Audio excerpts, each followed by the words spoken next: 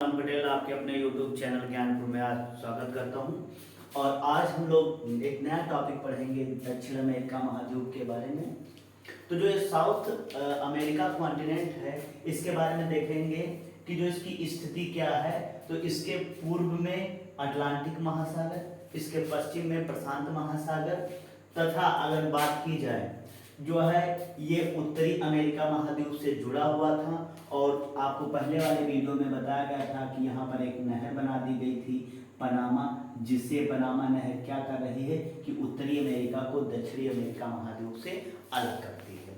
अब अगर जो हम लोग बात करें इसी में तो देखेंगे कि जो दक्षिण अमेरिका महाद्वीप है इसमें कुल जो है 15 देश शामिल है। कितने देश शामिल हैं? तो 15 देश शामिल हैं, जिसमें से अगर जो हम लोग बात करें तो त्रिनिदाद पड़ेगा अटलांटिक में, और फ्रेंच गुयाना, सूरीनाम और Guyana, Venezuela, Colombia, Ecuador, Peru, Bolivia, Chile, Paraguay, Uruguay, Argentina. ठीक, ये सब देश हैं। क्लियर? अगर हम लोग बात करेंगे जो ब्राजील है तो दक्षिण जो अमेरिका महाद्वीप है इसका सबसे बड़ा देश है। अगर जो हम यहाँ मैप पर देखें तो इधर एक त्रिनिदाद पड़ेगा जो अटलांटिक में स्थित है, और इधर आपका इक्वाडोर और चिली, ये तीन ऐसे देश हैं जो इससे सीमा रेखा ब्राजील से नहीं बनाते, और ब्राजील से सारे देश सीमा रेखा बनाते हैं। चलिए हम लोग बात करेंगे इसी में देखेंगे। तो अगर देखा जाए तो जो दक्षिण अमेरिका है यहाँ से भूमध्य और मकर रेखा गुजरती है। तो कई बार रेखाओं से लेके क्वेश्चन बनता है। तो दक्षिण अमेरिका महाद्वीप से कौन कौन सी रेखा गुजरती है? भूमध्य रेखा गुजरती है, और कौन सी गुजरती है? मकर रेखा गुजरती है। कौन सी रेखा गुजरती है? मकर रेखा गुजरती है। क्लियर? अब अगर जो हम लोग बात करेंगे तो देखेंगे जो भूमध्य रेखा है ये इक्वेटर लाइन, इसको इंग्लिश में क्या कहेंगे? इक्वेटर लाइन, या इसी को विषुवत रेखा कहते हैं। तो जो ये 0 डिग्री इक्वेटर लाइन है, अगर जो हम लोग इसकी बात करें ये कितने देशों से गुजरती है दक्षिण अमेरिका महाद्वीप के, ये क्वेश्चन बनता है। तो अगर देखा जाए तो जो भूमध्य रेखा है, ये भूमध्य रेखा आपको मैप पर दिख रहा होगा इक्वाडोर से गुजरती है। कहां से गुजरती है? इक्वाडोर से गुजरती है। दूसरा अगर देश देखा जाए तो कोलंबिया से गुजरती है, और तीसरा आपका हो गया ब्राजील। क्लियर? तो कितने देशों से गुजरती है? 3 देशों से गुजरती है। 3 देशों से गुजरती है। क्लियर है बात? तो कितने भूमध्य रेखा अफ्रीका महाद्वीप के भूमध्य रेखा दक्षिण अमेरिका महाद्वीप के कितने देशों से गुजरती है? तो 3 देशों से। अगला हम लोग बात करेंगे इसी में देखेंगे मकर रेखा। जो मकर रेखा है वो कितने जो है देशों से गुजरती है? तो हम लोग इसमें अगर आपसे आंसर पूछा जाए तो 4 देशों से। दक्षिण अमेरिका महाद्वीप के 4 देशों से गुजरती है। 4 देशों से गुजरती है। क्लियर? वो कौन कौन से देश है? तो मैप पर देखेंगे चिली जो है आपका, पराग्वे आपका, अर्जेंटीना हो जाएगा, ठीक, और ये आपका ब्राजील। थोड़ा मैप में देखेंगे किन किन देशों से गुजरती है। तो आपका एक तो हो गया चिली से गुजरती है आपका, और ये आपका जो है अर्जेंटीना से, पराग्वे से, और आपका ब्राजील से। तो कौन कौन से देश हैं? तो यहाँ पर देखेंगे चिली से गुजरती है, चिली के बाद आपका पराग्वे हो जाएगा, अर्जेंटीना हो जाएगा, अर्जेंटीना से गुजरती है, और चौथा जो है ब्राजील से गुजरती है। क्लियर है? तो हम लोगों ने यहाँ पर जाना कौन सी जो है भूमध्य रेखा से कौन सी गुजरती है, और आपका जो है मकर रेखा से गुजरती है। इसके बाद हम लोग इसमें क्वेश्चन देखेंगे किस टाइप के और बनते हैं।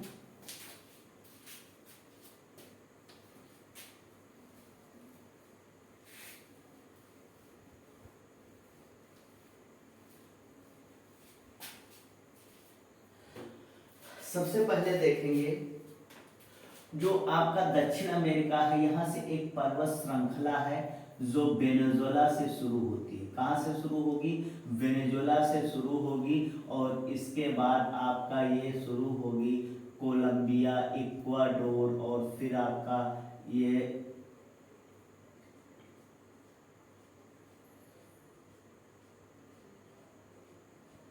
और फिर ये चिली और अर्जेंटीना की सीमा रेखा बनाते हुए और फिर ये जो ये पर्वतमाला फैली है इसको कहते हैं एंडीज। कौन सी पर्वतमाला कहते हैं? एंडीज पर्वतमाला। क्लियर? तो ये कहाँ से शुरू होती है? ये वेनेजुएला से शुरू होगी और इसके बाद जो है ये आपका जो है अर्जेंटीना और चिली की सीमा रेखा बनाते अर्जेंटीना तक फैली।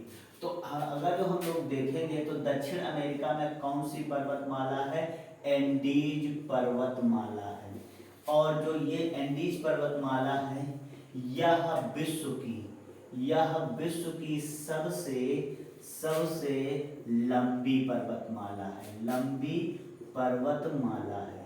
क्लियर है बात? अगर जो हम लोग बात करेंगे तो देखेंगे आपका कि जो ये जो एंडीज पर्वतमाला है इसकी सबसे ऊंची चोटी, उसका नाम है एकांकागुआ। क्या नाम है? एकांकागुआ। ये सबसे ऊंची चोटी है, सबसे ऊंची चोटी है। क्लियर? तो पूछा जाए एंडीज पर्वतमाला की सबसे ऊंची चोटी कौन सी है? एकांकागुआ है। कौन सी है? एकांकागुआ है। अगर हम लोग बात करेंगे एकांकागुआ, ठीक, पर्वत चोटी ये है सबसे। ये है कहां पर? ठीक, तो ये आपका अगर देखा जाए तो पड़ेगा अर्जेंटीना और प्लस चिली की सीमा रेखा पर स्थित है। एंडीज पर्वतमाला की सबसे ऊंची चोटी कौन सी है? एकांकागुआ। अब हम लोग इसी में बात करेंगे, देखेंगे कि जो ये वेनेजुएला है और इसके बाद वेनेजुएला के बाद आएंगे इक्वाडोर। कहां पर आएंगे? तो देखेंगे इक्वाडोर में। ठीक, तो यहाँ पर इक्वाडोर में दो चोटियों की अक्सर चर्चा होती है। एक की चर्चा होगी, इसका नाम है कोटोपैक्सी। क्या नाम है? कोटोपैक्सी चोटी का नाम। और दूसरा तो अगर जो हम लोग बात करेंगे देखेंगे कि जो कोटोपैक्सी है इसी एंडीज पर्वतमाला की जो है, तो कोटोपैक्सी चोटी जो है, कोटोपैक्सी ये कहाँ स्थित है? तो इक्वाडोर देश में है। और अगर देखा जाए तो यह विश्व की सबसे ऊंची सक्रिय ज्वालामुखी है। किस टाइप की चोटी है ये? तो सक्रिय ज्वालामुखी है। तो पूछा जाता है कोटोपैक्सी किस देश में है? तो इक्वाडोर में। और जो है यह विश्व की सबसे ऊंची सक्रिय चोटी मानी जाती है। क्लियर? इसी में अगर हम लोग बात करेंगे चिम्बाराजो, एक और चोटी की चर्चा आती है, इसी इक्वाडोर भी में देश में है और उसका नाम है चिम्बाराजो। क्या नाम है? चिम्बाराजो चोटी। ठीक, ये भी एंडीज पर्वतमाला की है। अगर जो हम लोग बात करें चिम्बाराजो की, ये भी कहाँ स्थित है? इक्वाडोर में। इक्वाडोर में है और यह भी अगर देखा जाए तो सबसे ऊंची सुषुप्त है। कैसी है? सुषुप्त चोटी है, सुषुप्त ज्वालामुखी। किस टाइप का है? तो सुषुप्त ज्वालामुखी है। क्लियर है? और जो आपको बताया गया था एकांकागुआ, ये भी एक ज्वालामुखी हो। किस टाइप का है? मृत ज्वालामुखी चोटी है। क्लियर? तो ये कुछ चोटियां थी। अब हम लोग इसी में बात करेंगे। अगर देखा जाए जो यहाँ से है, ये जो भूमध्य रेखा ब्राजील से गुजरती है, तो हम लोग इसी में देखेंगे कि इन क्षेत्रों में काफी जो है क्लाइमेट हॉट एंड ह्यूमिड रहती है। बहुत ज़्यादा यहाँ पर बारिश होती है। बारिश के कारण यहाँ पर बहुत सारे जंगल पाए जाते हैं और वो बहुत सघन जंगल पाए जाते हैं, जिनकी वजह से यहाँ पर भी नदियाँ क्या है, बड़े पैमाने पर बहती हैं। तो हम लोगों ने अभी यहाँ पर बात किया था एक एंडीज पर्वतमाला की, और यहाँ से जो है जो आपका उसमें कौन कौन सी महत्वपूर्ण चोटियां हैं वहां पर हम लोगों ने बात की। अब हम लोग बात करेंगे इसी में देखेंगे, ठीक, जो ये ब्राजील है इसमें एक चोटी है उसका नाम है मीनास, ठीक, जो ब्राजील में है उस चोटी का नाम है मीनास गराइस, ये चोटी है। ये भी एक पर्वत रेंज है, ये कहाँ की है, तो ब्राजील की पर्वत रेंज है, इसी वजह से इसका क्या नाम है, तो मीनास जो है गराइस नाम है। क्लियर। अब हम लोग इसी में अगर जो बात किया जाए तो देखेंगे दक्षिण जो अमेरिका है, यहां से हम लोग एक बात अक्सर बनता है क्वेश्चन नदी को लेके, तो इसी में एक नदी का नाम आता है ओरो निको नदी, ठीक, इसके बारे में जानेंगे।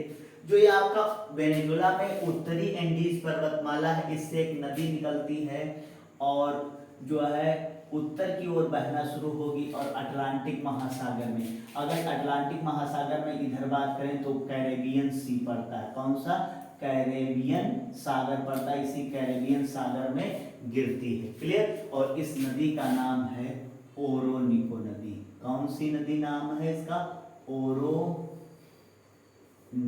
नदी, ठीक। तो अगर ओरोनिको की बात किया जाए तो ये उत्तरी एंडीज से निकलेगी वेनेजुला में, एंडीज से, और गिरेगी कहां पर, अटलांटिक में, अटलांटिक महासागर में गिरती है। क्लियर। अगर जो हम लोग बात करें इसी में, तो जो ओरोनिको नदी है इसकी सहायक है कैरो नदी। कौन सी नदी है, कैरो नदी है। क्लियर। और इसी कैरो नदी अगर देखा जाए तो ये इसकी सहायक नदी कौन सी हो जाएगी, कैरो, ये भी एंडीज से निकलेगी और वेनेजुला में जाके जो है मिल जाएगी, किसमें, ओरोनिको में। इसी कैरो नदी पर अगर देखा जाए, क्यों ये फेमस है, तो कैरो नदी पर जो है, कैरो नदी पर विश्व का सबसे ऊंचा, विश्व का सबसे ऊंचा जलप्रपात यानी वाटरफॉल, या इसी को झरना स्प्रिंग कहते हैं, एंजिला स्थित है। कौन सा स्थित है, एंजिला। तो पूछा जाता है कि एंजिला जलप्रपात किस देश में है, एंजिला, ठीक, तो किस देश में, तो आपका आंसर हो जाएगा वेनेजुएला। क्या, कौन सा देश हो जाएगा, कौन सा देश हो जाएगा, तो वेनेजुएला हो जाएगा। क्लियर। अगला हम लोग अगर इसी में नदी की बात की जाए वो है आपका अमेजन नदी। अमेजन नदी, अमेजन नदी अगर देखा जाए तो ये जो इसका अपवाह तंत्र है, अमेजन नदी का अपवाह तंत्र है, वो जो है देखा जाए तो 11 देशों में फैला है। कहां पर फैला है, 11 देशों में। जैसे अपने यहाँ गंगा का अपवाह तंत्र जो है 11 राज्यों में फैला है, ऐसे ही अगर जो हम लोग बात करें तो इसका भी 11 देशों में अपवाह तंत्र है। जैसे बात करें Bolivia, Peru, Colombia, Venezuela, Guyana, Suriname, French Ecuador, Paraguay, ये सारी नदियां इसी में आकर मिलती, और लगभग जो है इसमें 1100 नदियां भी मिलती हैं इसी में आके। छोटी मोटी जो है नदियां सीजनल और आउट सीजनल जो रिवर्स होती वो सब इसी में मिलती हैं। क्लियर। तो बड़ी दूर का अगर देखा जाए ये निकलती कहाँ से, देखेंगे जो ये आपका एंडीज पर्वतमाला है और पेरू देश पड़ता है, तो यहाँ पर पेरू देश में एंडीज पर्वतमाला में एक चोटी है, उस चोटी का नाम है रियो मांटारो। क्या नाम है उसका, रियो मांटारो। क्लियर। इस रियो मांटारो से अगर देखा जाए तो एक नदी निकलती है और जो है उत्तर इस पूर्व की ओर बहती हुई और जाएगी अटलांटिक में गिरेगी। कहां पर गिरेगी, अटलांटिक में गिरेगी, ठीक, कहां पर गिरेगी, अटलांटिक में, इस तरह का। और ये एस टाइप का जो है आकार खूब बनाती है, एस टाइप से बनाती है, ठीक।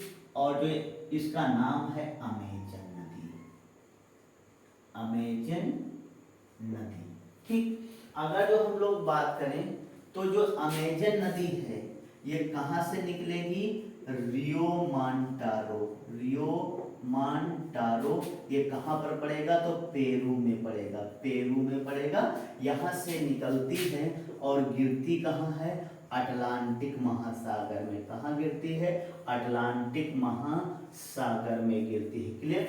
अब आपको जानने वाली बात यह है कि जब ये बहुत लंबा डिस्टेंस, उसमें लगभग वही 1100 नदियां आके मिलती हैं, तो बहुत ढेर सारा पानी इसमें आता है। तो वही अगर देखा जाए तो एक क्वेश्चन बनता है कि जल आयतन, यानी कि वाटर होल्डिंग कैपेसिटी के अकॉर्डिंग, जल आयतन की दृष्टि से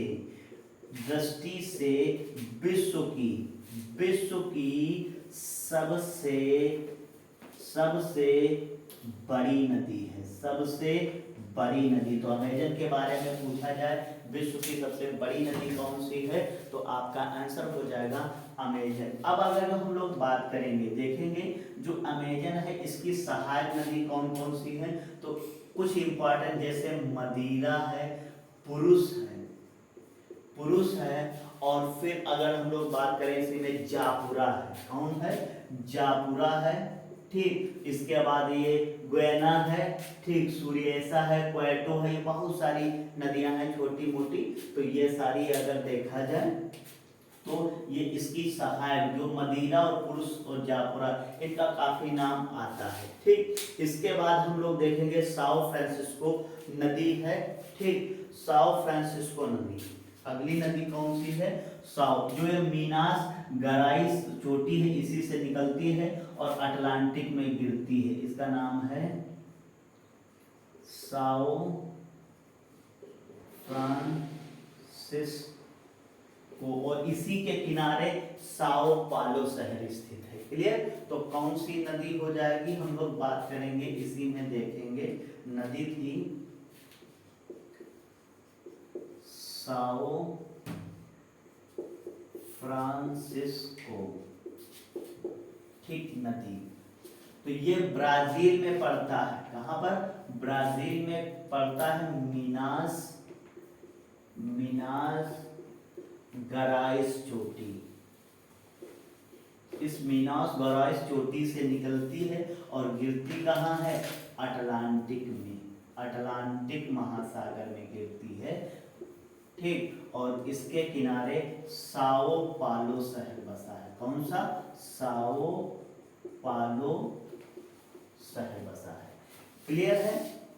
इसके बाद है इसी में जो है पराना नदी, ठीक, ये पड़ता है आपका ब्राजील का पठार, यहां से निकलती है और इसके बाद ये जो है सीमा रेखा बनाएगी पराग्वे और जो है आपका ब्राजील की, और फिर गिरती है जाके अटलांटिक महासागर में, और ये है आपका पराना नदी। कौन सी नदी है, तो पराना नदी। कौन सी नदी, पराना नदी में। तो ये अगर जो हम लोग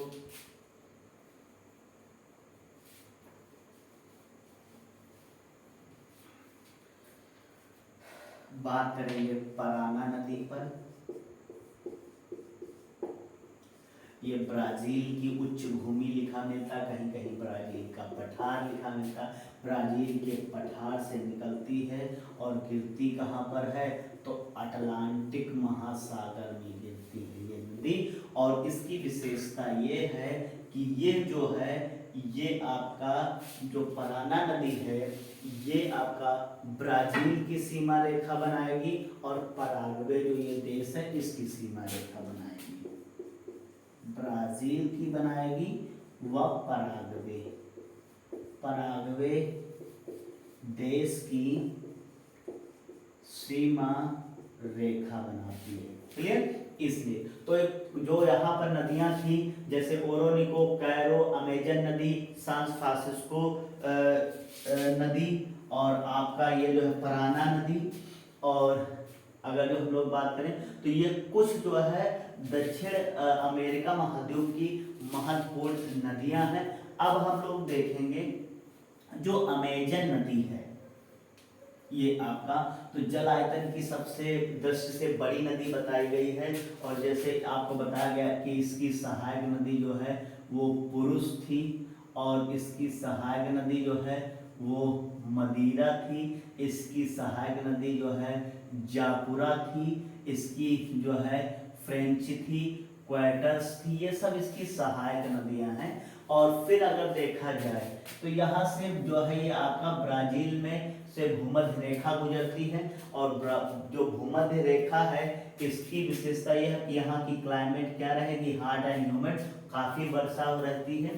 तो जो यहाँ पर जंगल है इसमें, इन्हीं को अमेजन नदी के किनारे पाए जाते हैं, तो इनको हम लोग क्या है, अमेजन जंगल कहते हैं। क्या कहते हैं, अमेजन जंगल। और यहाँ पर टेम्परेचर काफी गर्म रहता, उष्ण रहता, तो ये किस टाइप के उष्ण कटिबंधी है, कैसे हैं, उष्ण कटिबंधी जंगल, यानी कि ट्रॉपिकल एवरग्रीन फॉरेस्ट पाए जाते हैं। तो जो अमेजन जंगल हैं यहाँ पर क्या है, बहुत चौड़ी पत्ती के जो है वृक्ष पाए जाते हैं, और बहुत ज्यादा काफी मात्रा में जो है यहाँ पर जंगलों में जो है पेड़ों की बाहुल्यता रहती है। इसी वजह से पूछा जाए अगर जो, तो ये विश्व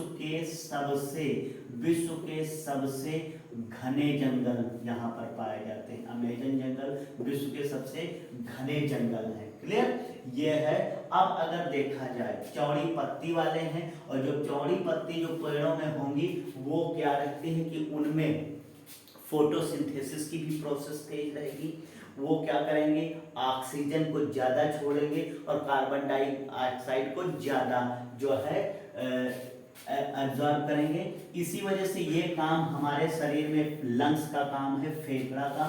तो जो उष्ण कटिबंधी जंगल हैं ब्राजील में, ठीक, ये अमेजन जंगल जिनको कहते हैं, तो ब्राजील में उष्ण कटिबंधी जंगलों को धरती का फेफड़ा कहते हैं। धरती का फेफड़ा कहा जाता है, ठीक, लंग्स ऑफ अर्थ कहते हैं, लंग्स ऑफ क्या है, अर्थ कहा जाता है। तो जो उष्ण कटिबंधी जंगल है उनको क्या कहा जाता है, ठीक। इसके बाद देखेंगे कि जो मकर रेखा, इधर आपका जो है भूमध्य रेखा और कर्क रेखा, इन तीनों रेखाओं के बीच जो उष्ण कटिबंधी जंगल पाए जाते हैं सदाबहार, उनको सवाना कहते हैं। तो अगर देखा जाए ब्राजील में और किस टाइप के जंगल पाए जाते हैं, सवाना जंगल पाए जाते हैं, क्योंकि ये हरे भरे, और इन्हीं जंगलों को सिलवासा कहते हैं। ठीक, क्या कहा जाता है, सिलवासा भी कहा जाता है, सिलवासा कहा जाता है। और इसी में जो है एक घास पाई जाती है, उसका नाम भी क्या है, सिलवासा है। ठीक, अभी हम लोग इसमें बात करेंगे घास की, सिलवासा। इन्हीं जंगलों में एक वालसा नाम की लकड़ी पाई जाती है, पेड़ पाया जाता है, वालसा नामक ये वृक्ष पाया जाता है। और जो इस वृक्ष की लकड़ी है, लकड़ी ये विश्व की सबसे हल्की लकड़ी मानी जाती है, सबसे हल्की लकड़ी मानी जाती है। जितने भी लकड़ी वाले पेड़ हैं वो सब कैसे हैं, उनमें से जो है ये विश्व की सबसे हल्की लकड़ी मानी जाती है। क्लियर, तो हम लोग देखेंगे अब अगर जो बात किया जाए, ठीक, जो ये आपका यहाँ पर हरे भरे जंगल पाए जाते हैं, उष्ण कटिबंधी यहाँ पर हैं, और हॉट ह्यूमिड क्लाइमेट पाई जाती है, तो लंग्स ऑफ अर्थ कहते हैं। फिर देखेंगे इसी में जो है जहाँ पर ज्यादा वर्षा होगी वहां पर घास फूस ज्यादा उगती है। तो हम लोग देखेंगे यहाँ पर बहुत सारी घासें पाई जाती हैं, उनके नाम हैं, कुछ देखेंगे। सबसे पहले अगर जो हम लोग इधर कोलंबिया की बात करें, ब्राजील की बात करें और पेरू, तो इस यहाँ पर पाए जाते हैं सिलवासा। कौन से पाए जाते हैं, सिलवासा घास मैदान। आपसे पूछा जाए सिलवासा घास मैदान का, आपका आंसर हो जाएगा पेरू होगा ऑप्शन में, या कोलंबिया होगा ऑप्शन में, या फिर जो है ब्राजील होगा। ठीक, और या तीनों होंगे। क्लियर है बात। अगला देखेंगे इसी में हम लोग अगर जो बात किया जाए, जो आपका ये वेनेजुला है, यहाँ पर घास के मैदान है, इनको कहते हैं लानोस। क्या कहा जाता है, लानोस घास। ठीक, जो ये आपका ब्राजील है, यहाँ पर भी इनको कहा जाता है, घास के जो अमेजन जंगल हैं इनमें कटंगा कहते हैं और कंपोज कहते हैं। क्या कहते हैं? कंपोज कहा जाता है। तो अगर जो आपसे पूछा जाए ठीक कि जो लानोस घास के मैदान हैं, लानोस घास मैदान ये कहाँ पर है, आपका आंसर हो जाएगा वेनेजुएला। क्या हो जाएगा? वेनेजुएला हो जाएगा। अगर जो आपसे पूछा जाए कि बताइए कटंगा घास के मैदान कहाँ है या कंपोस्ट घास के मैदान कहाँ पर है, तो आपका आंसर हो जाएगा ब्राजील। क्लियर? ठीक। अगर जो आपसे पूछा जाए कि बताइए सिल्वासा घास के मैदान कहाँ, तो कोलंबिया, पेरू और ब्राजील। ठीक। आगे हम लोग बात करेंगे, जब आएंगे यहाँ अर्जेंटीना, तो जो ये अर्जेंटीना का पार्ट है, ये वाला अर्जेंटीना का जो ये पूरा पार्ट हम लोग देखते हैं ये, तो इधर पूर्वी अर्जेंटीना और फिर ये पश्चिमी, तो यहाँ पर एक घास का मैदान पाया जाता है पूर्वी अर्जेंटीना में, वो पराग्वे तक फैला है, पराग्वे और ये पूरा, तो इसको कहा जाता है, इस घास के मैदान को कहते हैं ग्रान चाको। क्या कहा जाता है? ग्रान चाको कहते हैं। तो अगर जो इसी में पूछा जाए कि जो है ग्रान चाको घास के मैदान कहाँ है, ग्रान चाको घास के मैदान कहाँ, तो आपका आंसर हो जाएगा पूर्वी अर्जेंटीना। क्या हो जाएगा आंसर? पूर्वी अर्जेंटीना हो जाएगा। क्लियर? अगर जो और पूछा जाए यहाँ पर एक घास का मैदान, उसको क्या कहते हैं, तो हमारा एक आंसर हो जाएगा अर्जेंटीना में पंपास। काफी फेमस है पंपास घास के मैदान। क्लियर? तो अगर जो हमसे पूछा जाए कि पंपास घास के मैदान कहाँ है, पंपास घास के मैदान, आपका आंसर हो जाएगा अर्जेंटीना। क्लियर है? तो ये था घास के मैदान, कुछ जो है दक्षिण अमेरिका में है। अब देखेंगे जो कोलंबिया ये है और ये अमेजन है, जहाँ पर ये पर्वतीय इलाका है और पर्वतीय इलाका में हाट जो है और जो है ह्यूमिड क्लाइमेट होती है, तो ऐसे क्षेत्रों में जो है कहवा की खेती अच्छी होती है। ठीक, यानी उसको हम लोग कहवा से ही कॉफी बनती है। तो अगर हम लोग बात करें ठीक, तो जो कहवा के बागान कोलंबिया और ब्राजील, इनको फैजेंडा कहते हैं। तो अगर देखा जाए फैजेंडा, आपसे पूछा जाए फैजेंडा क्या है, तो हमारा आंसर हो जाएगा कि कहवा, यानी इंग्लिश में कहते हैं कॉफी। ठीक, कॉफी के बगीचे या बागान कहते हैं। क्लियर? और ये फैजेंडा कहते कहाँ पर है, तो ये भी आपको बता दें, इसमें लिखा मिलेगा आपको कोलंबिया और दूसरा आपका ब्राजील देश। ये दोनों जो है पेपर में अगर जो आ जाए तो जो है बिल्कुल टिक कर दीजिएगा। ठीक, तो आपका फैजेंडा कहवा के बागान कहाँ पर पाए जाते हैं? ठीक, कहवा के बगीचों को कोलंबिया और ब्राजील में किस नाम से जाना जाता है? फैजेंडा नाम से। जब कोलंबिया और ब्राजील में एक बढ़िया कॉफी के बागान होते हैं, तो अगर जो हम आपको बता दें, अभी हम लोगों ने बात की थी कि जो ये आपका मीनास गराइस चोटी से साओ फ्रांसिस्को नदी निकलती है, इसके किनारे एक शहर बसा हुआ है और उस शहर का नाम है साओ पालो। क्या नाम है? साओ पालो शहर, साओ पालो शहर। क्लियर? तो जो ब्राजील का साओ पालो शहर है, इसी, तो जो ब्राजील का साओ पालो शहर, साओ पालो शहर, ये किसके लिए जाना जाता है? तो यहाँ पर कॉफी की बड़ी मार्केट लगती, बाजार है, तो विश्व में कॉफी मंडी के नाम से फेमस है। यहाँ पर खूब बड़े पैमाने पर खेत जो है कॉफी की जो है खरीदारी और बिक्री होती है। ठीक, आगे हम लोग बात करेंगे जो साओ पालो शहर है, इसी फिर समुद्र के किनारे ब्राजील का एक और शहर है और उस शहर का नाम है सेंटोस। क्या नाम है? सेंटोस शहर। क्लियर? अगर जो आपसे पूछे सेंटोस शहर के बारे में, तो आप, ये भी ब्राजील का शहर है सेंटोस। कैसा है? सेंटोस। सेंटोस जो शहर है, ब्राजील का सेंटोस शहर है, ये क्यों फेमस है? तो ब्राजील का जो सेंटोस शहर, जितनी कॉफी यहाँ खरीदी और जो है बेची जाती साओ पाउलो में, इसका निर्यात किया जाता है पूरे विश्व में। इसी वजह से ये समुद्र के किनारे है, तो इसको कॉफी बंदरगाह के, विश्व में कॉफी बंदरगाह के नाम से जाना जाता है। तो सी पोर्ट ऑफ कॉफी के नाम से कौन सा शहर फेमस है? तो ये सेंटोस शहर फेमस है। क्लियर? चलिए आगे हम लोग इसी में बात करेंगे। जो ये आपका एंडीज पर्वतमाला है, इसी एंडीज पर्वतमाला में अगर हम लोग बात करें तो यहाँ पर देखेंगे ये आपका पेरू है और ये बोल्विया, इसकी सीमा रेखा पर, यानी कि पेरू और बोल्विया की सीमा रेखा पर एक जो है झील पड़ती है और इस झील का नाम है टिटिकाका। क्या नाम है? टिटिकाका झील, टिटिकाका झील। ठीक समझेंगे टिटिकाका झील का कॉन्सेप्ट क्या है, देखते हैं।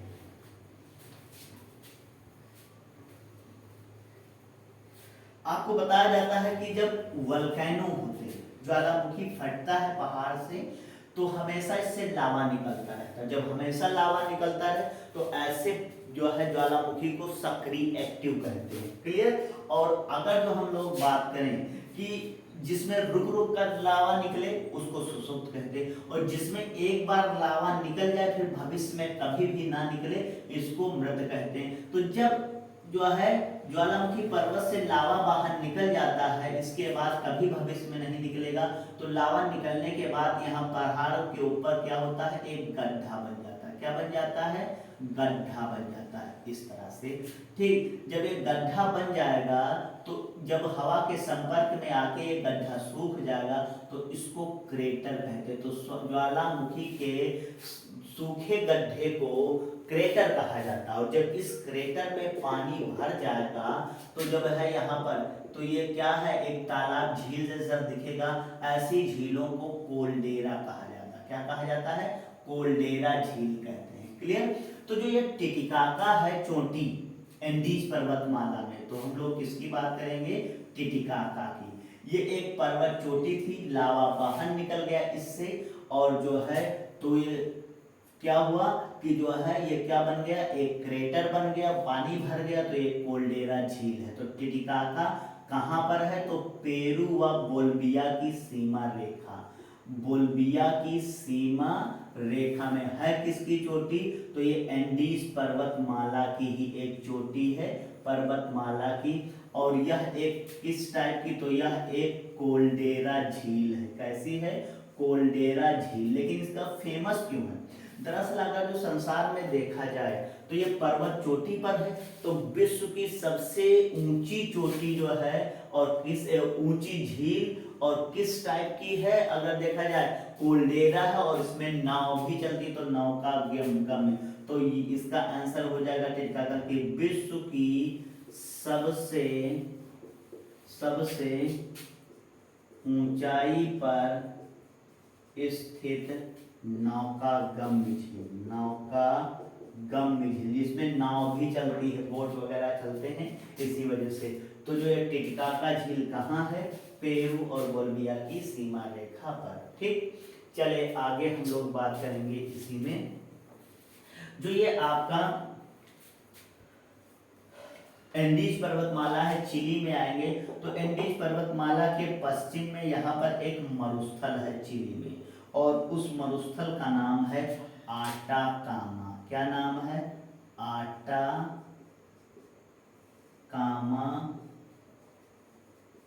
मरुस्थल। ठीक, तो आटाकामा मरुस्थल के बारे में पॉइंट समझ लेते हैं।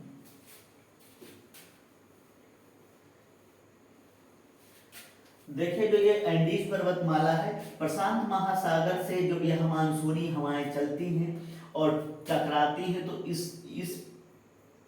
जो समुद्र का तट है और पर्वत रेंज है, इसका काफी डिस्टेंस कम होने के कारण जब ये पहाड़ों से टकरा के रिफ्लेक्ट हो जाती तो इस क्षेत्र में बारिश नहीं होती। क्लियर? तो इसी वजह से यहाँ पर डेजर्ट जो है पाया जाता है। और आटाकामा मरुस्थल, तो आपसे पूछा जाए कि आटाकामा मरुस्थल कहाँ पर है, तो चिली में है, चिली में है। और अगर एग्जैक्ट पोजीशन पूछी जाए चिली में कहाँ पर पड़ेगा, तो एंडीज पर्वतमाला, एंडीज पर्वतमाला के पश्चिम में ये स्थित है। ठीक, जो ये चिली है इसी में अगर जो हम लोग बात करें तो एक जगह पर चिली में जो आटाकामा मरुस्थल है इसी में एक जगह पड़ती, उसका नाम है अरिका। क्या नाम है, अरिका नाम है। क्या नाम है, अरिका, यह स्थान का नाम है। और यहाँ पर सबसे ज्यादा जो है काहे की कमी आती है, यहाँ पर ह्यूमिडिटी बहुत लो है, यहाँ पर नमी कम है, बहुत मॉइस्चर, तो ये सबसे शुष्कतम स्थान है। आटाकामा मरुस्थल का सबसे शुष्कतम स्थान है। तो आटाकामा मरुस्थल का सबसे शुष्कतम स्थान कौन सा है, तो अरिका स्थान है। कहाँ पर पड़ेगा, चिली में पड़ेगा। और ये सबसे जो है शुष्कतम स्थान है। इसी वजह से जो आटाकामा मरुस्थल है, आटाकामा मरुस्थल है यह विश्व का सबसे शुष्कतम, विश्व का सबसे शुष्कतम मरुस्थल माना जाता है। ठीक, बहुत ज्यादा इसमें ड्राइनेस है। अब इसी आटाकामा मरुस्थल की अगर जो बात करें, इसी आटाकामा मरुस्थल चिली में ही एक खान पाई जाती है और उस खान का नाम है चुक्की कमाटा। क्या नाम है इसका, चुक्की कमाटा।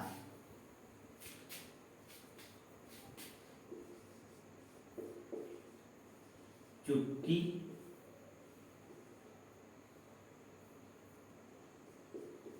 कमाटा खान। और जो चुक्की कमाटा खान है ये किसके लिए जानी जाती है, तो तांबा उत्पादन के लिए, तांबा उत्पादन के लिए। तो जो चुक्की कमाटा ये किसकी खान है, तो तांबे की है, कॉपर्स की। और कहां पर पाई जाती है, तो आटाकामा मरुस्थल में है। इसी वजह से तांबे के उत्पादन में अगर देखा जाए तो दक्षिण अमेरिका में सबसे ज्यादा यही आता है, नाम इसी का आता है, चुक्की कमाटा का चिली देश का नाम आता है। इसके बाद अगर जो हम लोग बात करें, जो ये ब्राजील है, यह जो है दक्षिण अमेरिका का सबसे बड़ा जो है देश है। अगर हम लोग बात करें तो रूस, कनाडा, चाइना और आपका यूएसए, और इसके बाद यह आपका ब्राजील, यानी 5वें स्थान पर यह ब्राजील आता है। क्लियर। तो अगर इसी ब्राजील में जो उच्च भूमि आपको बताया गया था जहां से पराना नदी निकलती, इसके उत्तर में थोड़ा बढ़ेंगे तो एक जगह पड़ती है, उसका नाम है अमापा। क्या नाम है, अमापा। क्या नाम है, अमापा। ठीक, अब इसी जो है अमापा में एक खान है, तो इसी को हम लोग अमापा जो है अमापा खान कह देते हैं। और जो अमापा खान है, ठीक, ये ब्राजील की उच्च भूमि में जो पाई जाती है, ये विश्व में मैग्नीशियम उत्पादन के लिए जानी जाती है। किसके लिए जानी जाती है, तो मैग्नीशियम उत्पादन के लिए। तो ब्राजील में एक खान पाई जाती है, ब्राजील में, उसका नाम है अमापा। ठीक, अमापा खान। और यह विश्व में मैग्नीशियम उत्पादन के लिए, मैग्नीशियम उत्पादन के लिए फेमस है। क्लियर है। तो मैग्नीशियम उत्पादन के लिए फेमस है, सॉरी मैग्नीज, मैग्नीशियम नहीं मैग्नीज हो जाएगा, मैग्नीज उत्पादन के लिए विश्व में जो है काफी फेमस है। क्लियर।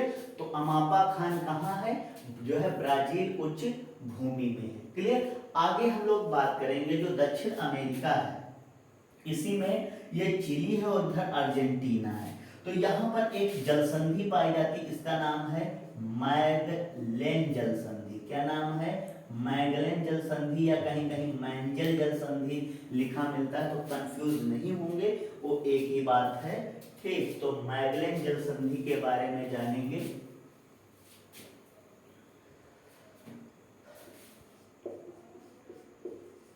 मैगलेन जलसंधि, जो मैगलेन जलसंधि है, तो ये क्या करती है, इधर अटलांटिक महासागर, इधर प्रशांत, तो अटलांटिक को प्रशांत महासागर से जोड़ती है, जबकि चिली को अर्जेंटीना से अलग करती है। ठीक, तो अगर हम लोग देखेंगे तो किसको जोड़ेगी, तो प्रशांत महासागर को अटलांटिक से, अटलांटिक महासागर से जोड़ती है, महासागर से जोड़ती है, जबकि किसको अलग करती है, तो चिली को अलग कर रही है अर्जेंटीना से। क्लियर है।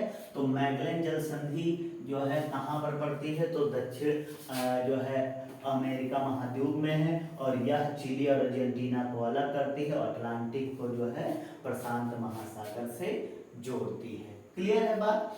अब हम लोग इसी में देखेंगे जो ये ब्राजील है, ब्राजील, यहाँ पर अगर जो हम लोग बात देखें तो इसी में ब्राजील में एक जनजाति पाई जाती है, उसका नाम है बोरो, बोरो जनजाति।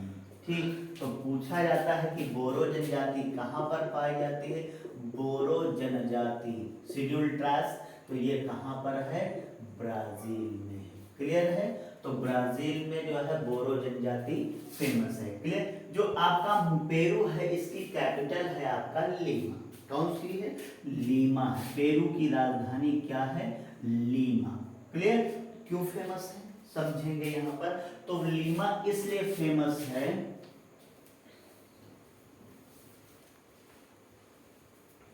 ठीक, पेरू की राजधानी क्या है, लीमा, और ये लीमा इसलिए फेमस, यहाँ पर IPRI है। ठीक, इसका फुल फॉर्म समझिए, इसका मुख्यालय है, इसको कहते हैं, इसका फुल फॉर्म है इंटरनेशनल